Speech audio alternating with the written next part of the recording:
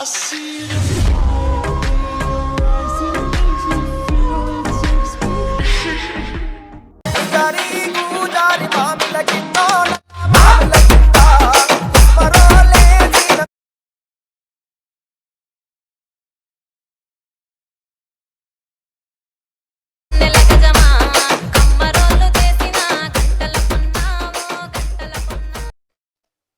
So video అయితే వేసారా.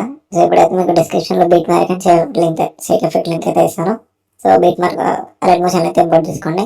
So import చేసుకున్నాక ఒకసారి బీట్ మార్క్ అయితే ఓపెన్ చేయండి. సో బీట్ మార్క్ ఇస్తే ఇలా అయితే ఉంటుంది. సో మీరైతే 30 ఫొటోస్ యాడ్ చేసుకోవాల్సి ఉంటుంది దీంట్లో. సో ఫస్ట్ కార్డ్కి వచ్చేసి ప్లస్ సింబల్ మీరు ట్యాప్ చేసి మీడియాలోకి వెళ్ళి సో ఫొటోస్ అయితే మీరు యాడ్ చేసుకోండి. సో నేనైతే మొత్తం ఫొటోస్ మొత్తం యాడ్ చేసి చూపిస్తాను చూడండి. సో చూసారా. సో నేనైతే ఫొటోస్ మొత్తం యాడ్ చేసుకున్నా. సో ఇప్పుడైతే యాడ్ చేసుకున్నాక ఒకసారి బ్యాక్ రండి. సో బ్యాక్ వచ్చి షేక్ ఎఫెక్ట్ అయితే ఓపెన్ చేసుకోండి. సో ఇక్కడైతే మనకి ఫస్ట్ ఫోటో ఉంది కదా. సో దీని అయితే ఎఫెక్ట్ అయితే కాపీ చేసుకోండి. సో కాపీ చేసుకుని మళ్ళీ బ్యాక్ వచ్చి బీట్ మార్క్ అయితే ఓపెన్ చేయండి.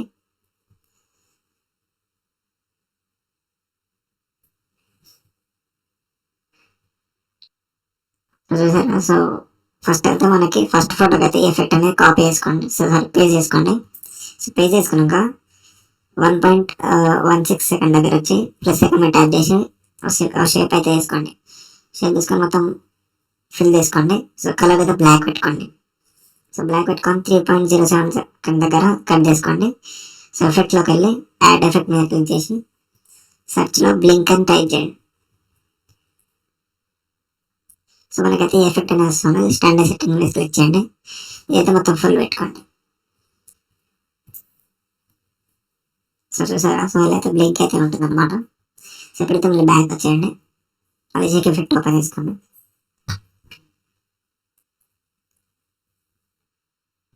సో ఇప్పుడైతే నాకు ఫస్ట్ ఫోటో ఉంది కదా. సో దీని అయితే ఎఫెక్ట్ కింద కాపీ చేసుకోండి.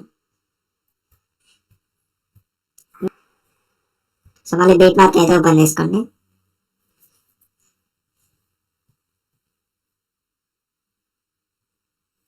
సో ఇప్పుడైతే మనకి సెకండ్ ఫోటో ఉంది కదా. So second photo, third photo, చిన్న చిన్న ఫొటోస్కి అయితే ఎఫెక్ట్ అనేది పేస్ట్ చేసుకోండి. సో ఒకటి మిడిల్లో లాంగ్ ఫోటో అయితే ఉంటుంది. సో దాన్ని వదిలేసి 2 ఫొటోస్కి అయితే పేస్ట్ చేసుకోండి. సో ఇలా అయితే మొత్తం వీడియో ఇలా అయితే పేస్ట్ చేసుకోండి. సో ఓన్లీ 2 ఫొటోస్కి అయితే పేస్ట్ చేసుకోండి అనమాట. సో చూస్తున్నారా. సో ఇలా అయితే పేస్ట్ చేసుకోండి. సో మళ్ళీ బ్యాక్ వచ్చేయండి.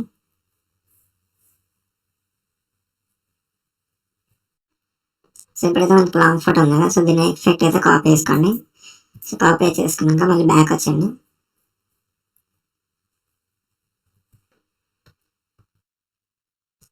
సో ఇప్పుడైతే మనకి లాంగ్ ఫొటోస్ ఏవైతే ఉన్నాయో మిగిలిన ఫొటోస్ మొత్తం ఈ ఎఫెక్ట్ అనేది కాపీ చేసుకోండి. సో వీడియో ప్లీజ్ లైక్ చేయండి, సబ్స్క్రైబ్ చేసుకోండి. Thank you.